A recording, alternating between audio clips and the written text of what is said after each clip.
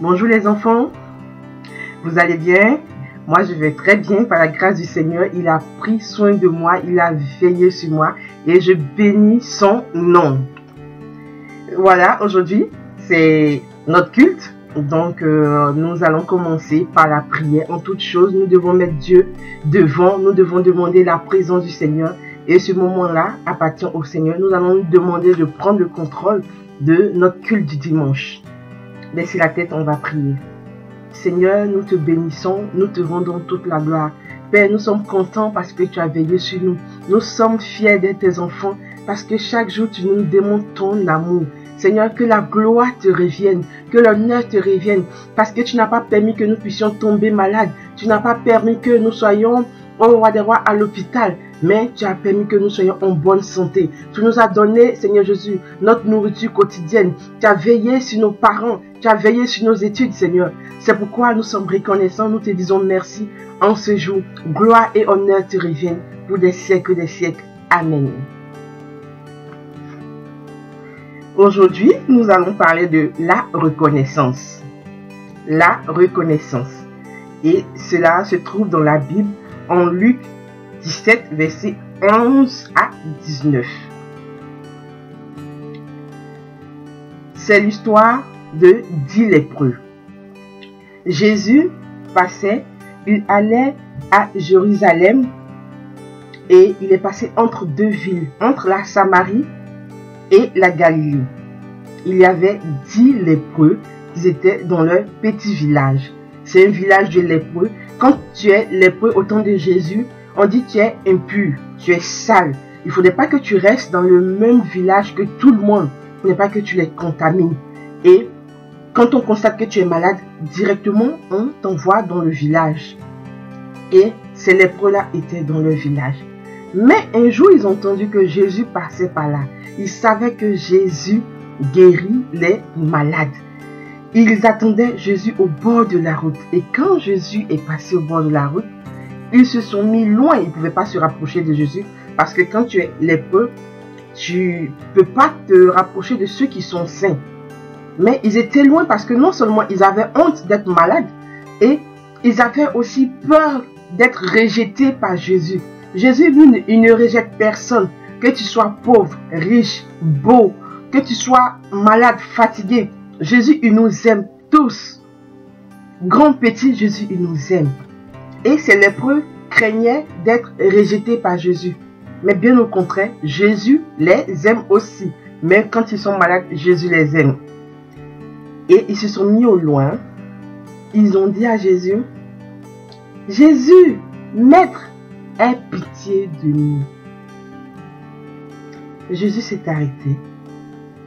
Jésus, il est tellement amour. Il leur a dit, parce que quand aussi tu es malade dans ce village-là, pour montrer que tu es guéri, il faudrait que tu partes vers les sacrificateurs, les prêtres, les pasteurs pour leur dire, oui, je suis guéri. Et quand eux, ils constatent que tu es guéri, tu peux maintenant venir dans le village où tout le monde est sain. Donc Jésus leur a dit, vous êtes malade, allez-y voir les prédicateurs, les sacrificateurs, allez-y vous montrer à eux, vous dire que vous êtes guéris. Mais ils n'étaient pas encore guéris. Et Dieu a dit, allez-y montrer que vous êtes guéris. Parce que Jésus, il guérit. S'il a dit, allez-y vous montrer à ceux qui doivent dire que oui, vous êtes guéris ou pas, c'est parce qu'il savait que lui les avait déjà guéris. Quand tu es malade, quand tu ne vas pas bien, il faut savoir que Jésus, il a déjà pris soin de toi. Il ne faut pas douter. Si tu appelles Jésus, il te répond. Jésus n'est pas sourd, il entend. Quand nous avons besoin de lui, on crie au Seigneur, on prie. Jésus nous écoute, Jésus prend soin de nous. Et Jésus a dit aux lépreux, allez-y vous montrer aux sacrificateurs. Et ils sont partis. En chemin, ils ont constaté qu'ils étaient guéris. Et il y a un seul qui s'est retourné. Il est allé vers Jésus. Il s'est mis face contre terre. Quand on dit face contre terre, il s'est mis à genoux. Il s'est mis les pieds, il s'est mis aux pieds de Jésus. Il a mis sa tête par terre devant les pieds de Jésus pour lui dire merci. Il a dit à haute voix, il a glorifié le Seigneur, il a béni le Seigneur, il a dit merci, il était tellement content d'être guéri. Vous ne pouvez pas imaginer, même cet homme-là, il ne connaissait pas Jésus, il a entendu parler et il a suivi les autres. Contrairement aux autres qui connaissaient Jésus, qui savaient que Jésus guérissait. Mais eux, ils ont continué la route, ils sont partis voir les sacrificateurs. Mais le seul homme-là qui s'est retourné pour qu'il vienne dire merci au Seigneur, cela a réjoui le cœur de Jésus. Et c'est ce que Jésus attend de nous, ses enfants.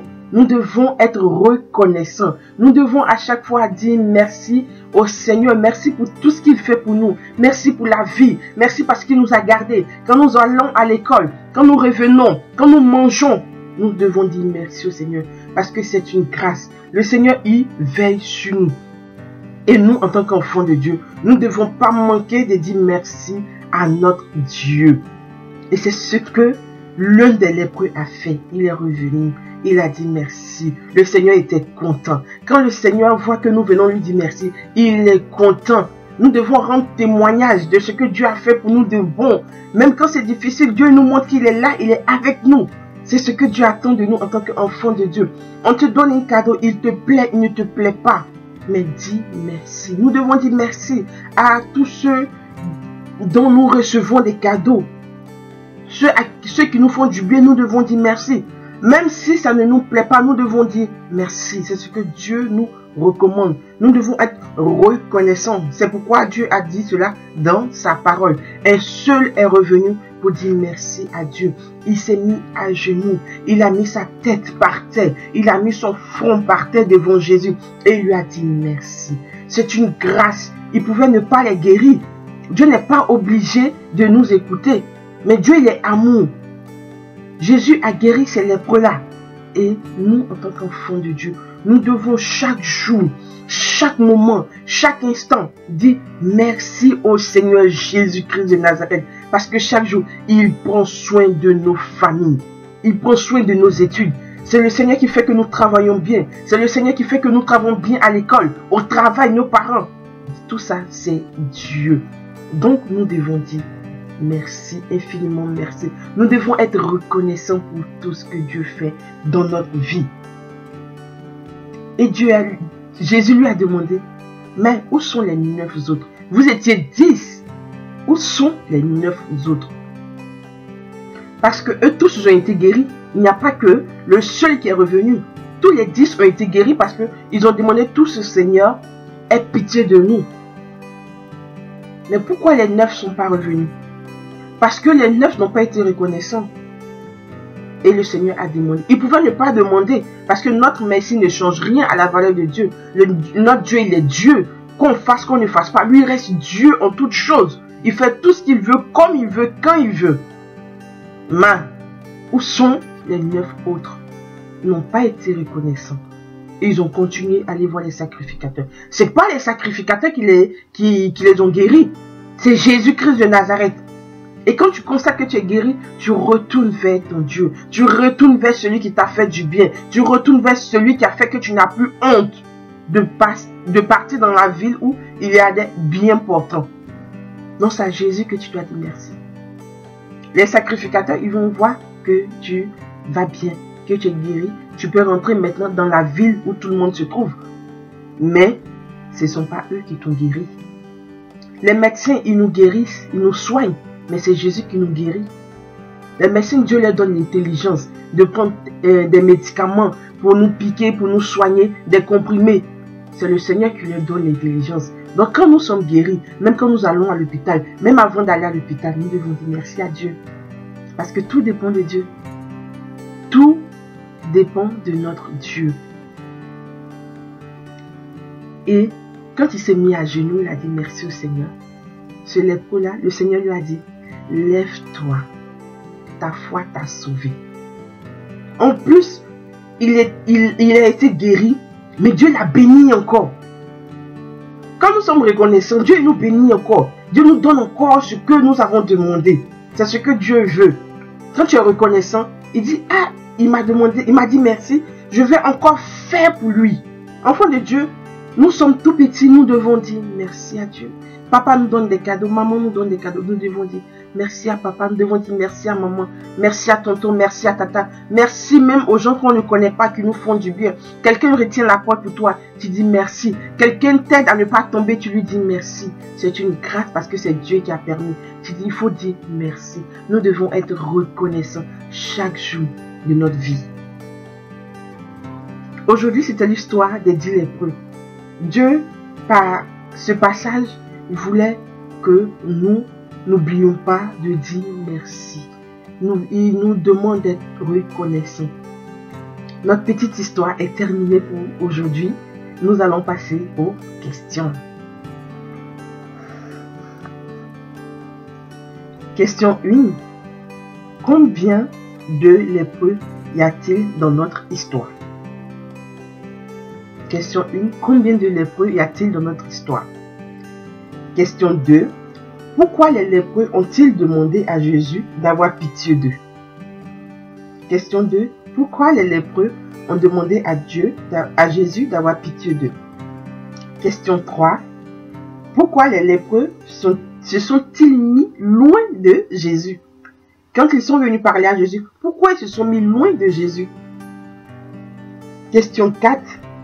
Que s'est-il passé lorsque les lépreux allaient se montrer au sacrificateur? Sur le chemin, que s'est-il passé quand ils allaient se montrer au sacrificateur? Question 5. Qu'a-t-il fait l'un des lépreux quand il est revenu à Jésus? Question 5. Qu'a fait, l'un des lépreux quand il est revenu vers Jésus? Voilà, c'est terminé pour ce dimanche. J'espère que vous avez été bénis, vous avez compris notre histoire. Vous avez compris qu'il faut être reconnaissant. Vous avez compris qu'il faut toujours dire merci. Vous avez compris qu'il faut en tout cas remercier Dieu chaque jour de notre vie parce qu'il veille sur nous. Nous allons terminer ce moment par notre prière. Baissez la tête. Seigneur, nous te bénissons, nous te rendons toute la gloire. Tu as pris soin de nous, tu as veillé sur nous. Seigneur, nous sommes reconnaissants. Donne-nous un cœur d'être reconnaissant. Donne-nous un cœur qui, au roi des rois, à chaque fois te dit merci. Parce que, Seigneur, nous savons que tu nous aimes. Nous savons que tu nous gardes, Seigneur. Tu nous donnes l'intelligence, tu nous donnes la force d'aller à l'école. Tu nous donnes la force à faire ce qu'il faut faire, Seigneur Jésus. Nous te disons merci, Papa. Seigneur, nous te disons merci pour nos parents que tu gardes.